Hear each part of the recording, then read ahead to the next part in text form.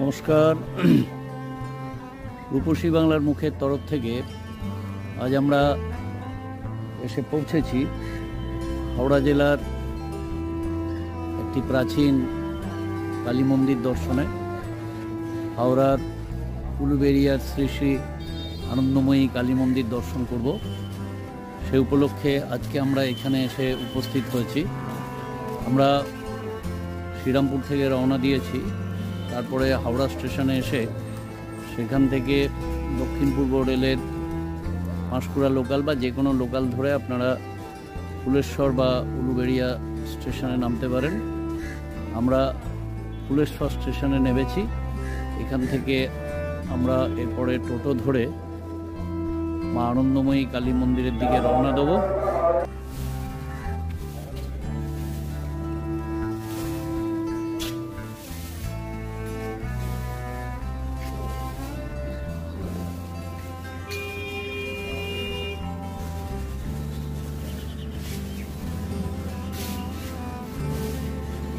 প্রিয়া station থেকে এইখান থেকে দেখবেন স্টেশনের প্ল্যাটফর্ম থেকে নেমে এইখানে টোটো দাদারা আছেন, ওনাদের থেকে জেনে নেবেন। কালী মন্দির মোটামুটি 10 মিনিট লাগে, তাই তো? ভাড়া কত আপনাদের? 10 টাকা ভাড়ায় টোটো স্ট্যান্ড পর্যন্ত 10 টাকা। কালী মন্দিরের গেটের কাছে গেলে 15 টাকা। আচ্ছা, কালী মন্দিরের গেটের কাছে গেলে 15 টাকা। টোটো স্ট্যান্ড অব্দি 10 টাকা।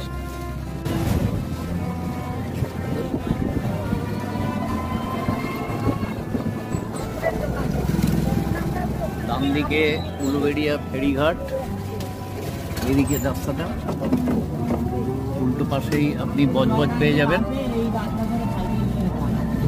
আমরা উলুবেড়িয়া মা আনন্দময়ী কালী মন্দিরের সামনে এসে উপস্থিত হয়েছি।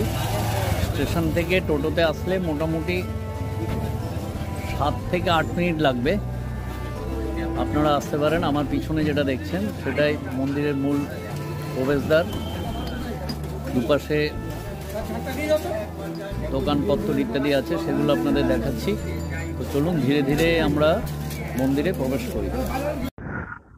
আমরা এবার ধীরে ধীরে মন্দির চত্বরের দিকে এগিয়ে যাচ্ছি।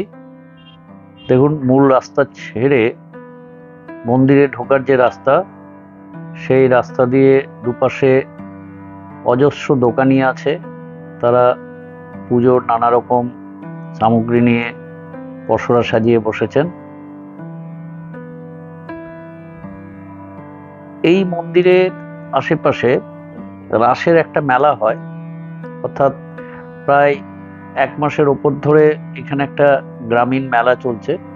সেই মেলার খণ্ডচিত্র আপনারা দেখতে পাবেন।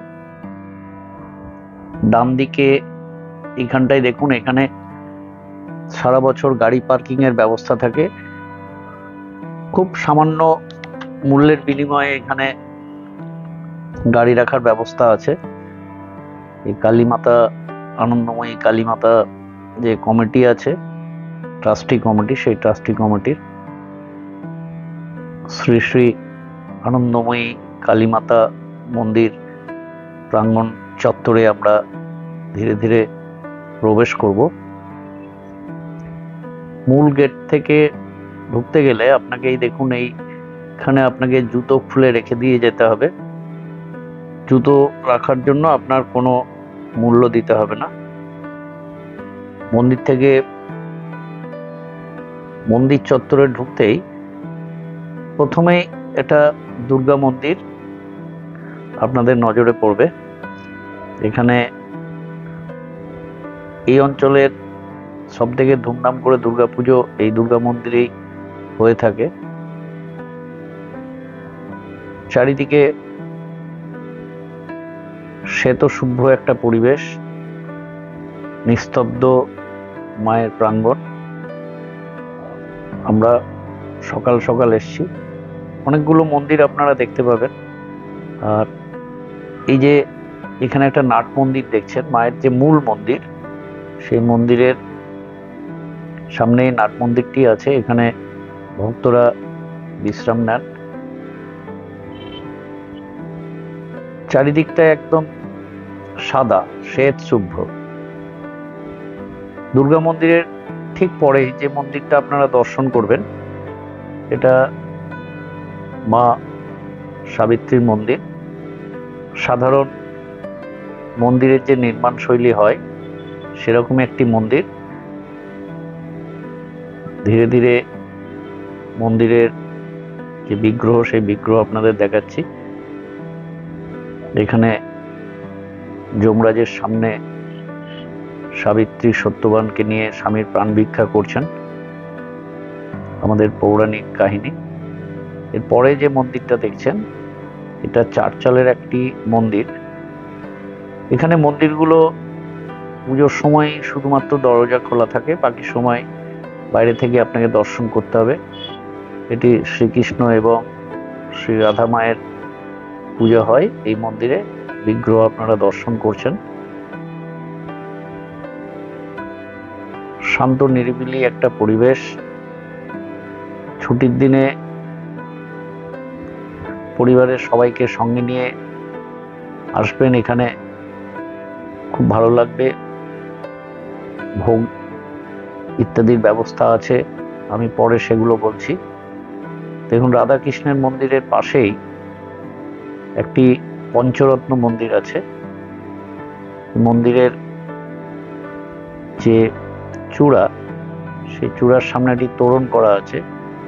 ভগবান বিষ্ণু অনন্ত শয্যায় শায়িত আছেন, মা লক্ষ্মী তার পরসেবা করছেন এবং স্বয়ং ব্রহ্মা সেখানে বসে আছেন। আমরা এই মন্দিরের ভেতরটা একটু দেখে নেব। পঞ্চরত্ন মন্দির,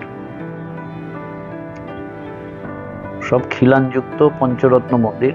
মন্দিরগুলো খুব সুন্দরভাবে নির্মাণ করা হয়েছে।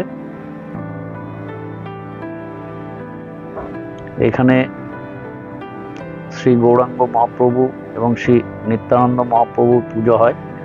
দেখুন, একপাশে জগন্নাথ, বলভদ্র, সুভদ্রা মা আছেন, এপাশে গরুর মহারাজও আছেন। প্রতিদিন এনাদের পুজো হয়। আর এদিকটায় দেখুন, একটি আটচালের মন্দির, ধনুকাকৃতি শিব মন্দির। এই যে মায়ের মন্দিরের ঠিক পাশেই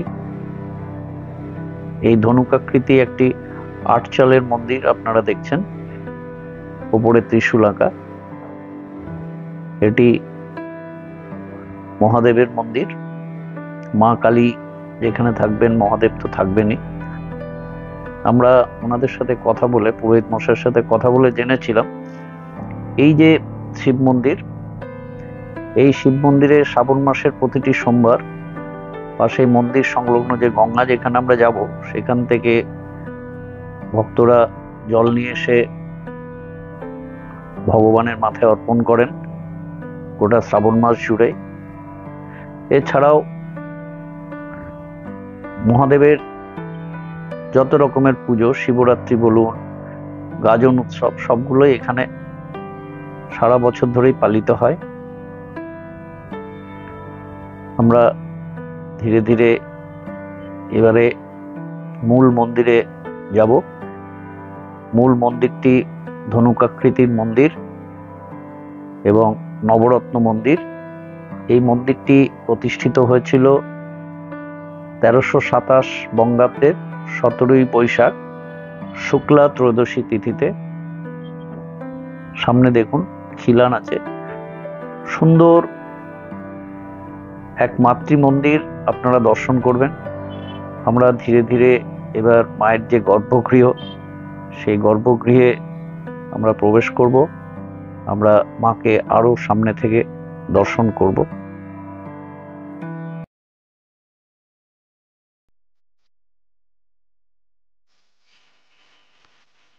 ধীরে ধীরে মায়ের গর্ভগৃহে প্রবেশ করলাম। গর্ভগৃহে প্রবেশ করা মাত্রই একটা আধ্যাত্মিক চেতনা, একটা ঐশ্বরিক পরিবেশের মধ্যে নিজেদেরকে হারিয়ে ফেলছিলাম। এই মায়ের যে মূর্তি আপনারা দর্শন করছেন, এটি কষ্টি পাথরের নির্মিত। নিচে মার্বেল পাথরের মহাদেব তিনি শায়িত আছেন মায়ের পদতলে। একটা সুন্দর মুহূর্ত। মাকে দেখুন, মায়ের অলঙ্কার দ্বারা, ফুল দিয়ে, স্বর্ণালঙ্কার দিয়ে মাকে সজ্জিত করা হচ্ছে। আমরা সেই ঐশ্বরিক মুহূর্তে সেখানে পৌঁছেছি। আপনারাও দর্শন করুন। এই মায়ের প্রতিটি তিথিতে, অমাবস্যা তিথিতে বা যে কোনো পুণ্যতিথিতেই মায়ের বিশেষ পুজো অনুষ্ঠিত হয়। এছাড়া বার্ষিক যে পুজো, সেটা প্রতি বছর 17ই বৈশাখ শুক্লা ত্রয়োদশীর দিন মহা ধুমধামে মায়ের বাৎসরিক প্রতিষ্ঠা দিবসকে কেন্দ্র করে পুজো অনুষ্ঠিত হয়। সমস্তটাই আমরা ঘুরে ঘুরে দর্শন করছি, আপনাদের দর্শন করাচ্ছি। এই মন্দিরের যে ট্রাস্টি কমিটি আছে, সেই ট্রাস্টি কমিটির একজন কর্মকর্তা গৌতম বাবু, তার সাথেও আমরা কথা বলেছিলাম। তার মুখ থেকেই আমরা এখানের বিভিন্ন নিয়মাবলী বা এই মন্দির রক্ষণাবেক্ষণ, সংরক্ষণ, মায়ের পুজো পাঠ ইত্যাদি সব কিছু আমরা তার মুখ থেকে শুনে নেব। তার আগে চলুন মায়ের এই যে অলঙ্করণ, মায়ের এই যে পুজোর মুহূর্তে মাকে এই যে সজ্জিত করা, সেই দৃশ্যটা আমরা সকলে দর্শন করি।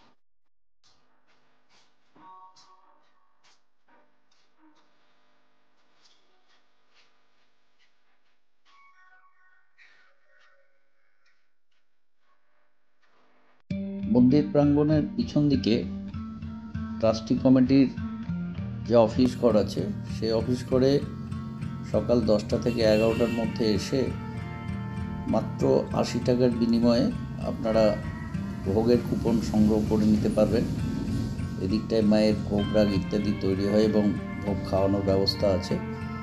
আর এখানেই ওনাদের অতিথি নিবাস আছে, যে অতিথি নিবাসেও আপনারা প্রয়োজন হলে সাময়িক বিশ্রাম নেবার জন্য মাত্র 200 টাকার বিনিময়ে ঘর পাবেন। সমস্ত কিছুই অফিস থেকে আপনারা জানতে পারবেন। আমরা ডেসক্রিপশন বক্সে ওনাদের নাম্বার দিয়ে দেবো। আপনারা এখানে আসলে অবশ্যই ওই নাম্বারে অগ্রিম যোগাযোগ করে নেবেন।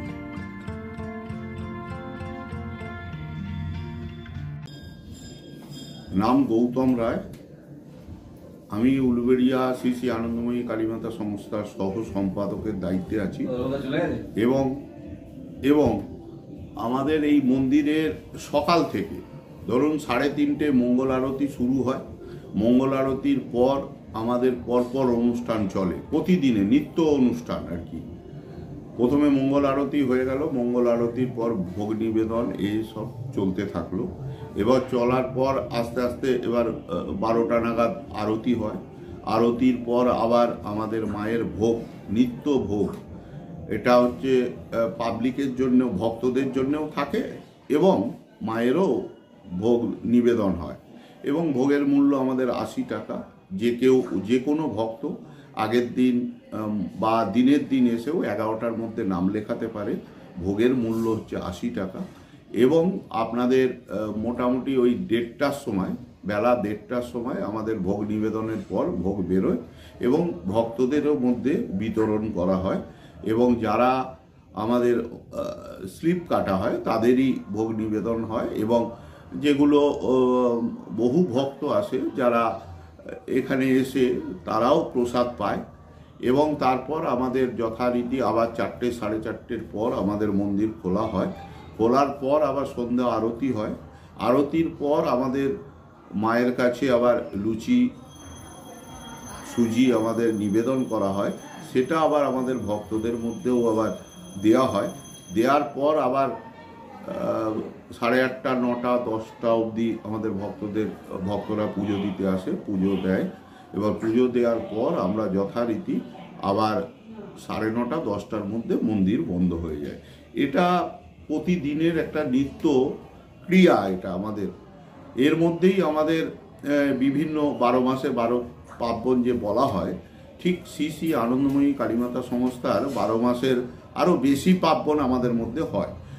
একদম মানে অমাবস্যায় একটা বিরাট যোগ থাকে, সেই যোগ বিভিন্ন অমাবস্যা আমাদের পালন হয়। মায়ের প্রতিষ্ঠা দিবসের প্রায় 15-20 হাজার ভক্তদের খাওয়া দাওয়ার ব্যবস্থা করা হয় প্রতিষ্ঠা দিবস। এবং শুধু তাই নয়, আমাদের রাসের প্রায় 40 দিন যাবত আমাদের রাস পূর্ণিমা থেকে, এবারে আমাদের রাস পূর্ণিমা থেকে প্রায় 26শে ডিসেম্বর পর্যন্ত আমাদের রাস পূর্ণিমা সমাপ্তি হয়েছে এবং বহু মানুষ, বিশেষ করে শনি রবিবার উল্লেখযোগ্যভাবে আমাদের কয়েক লক্ষ মানুষ প্রতি বৎসর এই রাসের সময় আসে তারা এবং রাসের সুন্দর যে রাস উৎসব, সেই রাস উৎসবটাকে তারা উপলব্ধি করতে পারে। এবং শুধু তাই নয়, এই রাসের উদ্বোধক হিসেবে আমাদের থাকেন আমাদের মাননীয় মন্ত্রী, জনস্বাস্থ্য কারিগরি দপ্তরের মন্ত্রী মাননীয় পুলক রায় থাকে এবং পৌরসভার চেয়ারম্যান, বিধায়ক এরা সবাই উপস্থিত থাকে এবং উপস্থিত থেকে এই রাসটা উলুবেড়িয়া প্রশাসন, পৌরসভা এবং আমাদের কালীবাড়ি সংস্থার সমস্ত ভলেন্টিয়ার, এক্সিকিউটিভ বডি মেম্বাররা যথাযথ সাহায্য করে এই সুন্দর রাস আমরা পালন করতে সক্ষম হই। শুধু তাই নয়, এর মধ্যে আমাদের বড় দুর্গাপুজো হয়, যে দুর্গাপুজোয় উলুবেড়িয়ার আশপাশের থেকে সবথেকে বড় দুর্গাপুজো আমরা মনে করি। এই দুর্গাপুজো বিরাটভাবে হয়। ঠিক অনুরূপভাবে আমাদের কালী পুজো, কালী মায়ের পুজো, এটাও যথা আনুষ্ঠানিকভাবে আমাদের অনুষ্ঠিত হয়। মাতৃমন্দির দর্শন করে এবারে আমরা মন্দিরের বাম পাশে যে গঙ্গা তীরবর্তী ঘাট, সেই গঙ্গার ঘাটে যাচ্ছি। এই যে গঙ্গার ঘাট, এই গঙ্গার ঘাট থেকে এখানে যারা ভক্তরা আসেন তারা জল নিয়ে এসে মায়ের পুজো বা মহাদেবের মাথায় অর্পণ করেন। সুন্দর এক মনোরম সকালে আমরা আজকে এখানে এসে উপস্থিত হয়েছি। দেখুন, স্থানীয় ব্যবসায়ীদের উদ্যোগে শ্রী শ্রী ব্রহ্মার পুজো হয়েছে। আমরা ধীরে ধীরে পূর্ণসলীলা গঙ্গার ঘাটে এসছি। দেখুন, আমাদের এই উপস্থাপনা যদি আপনাদের ভালো লেগে থাকে, দয়া করে আমাদেরকে শেয়ার করবেন, লাইক করবেন, কমেন্ট করবেন এবং সাবস্ক্রাইব করে আমাদের অনুপ্রাণিত করবেন। আজকের মতো শেষ করলাম। ধন্যবাদ।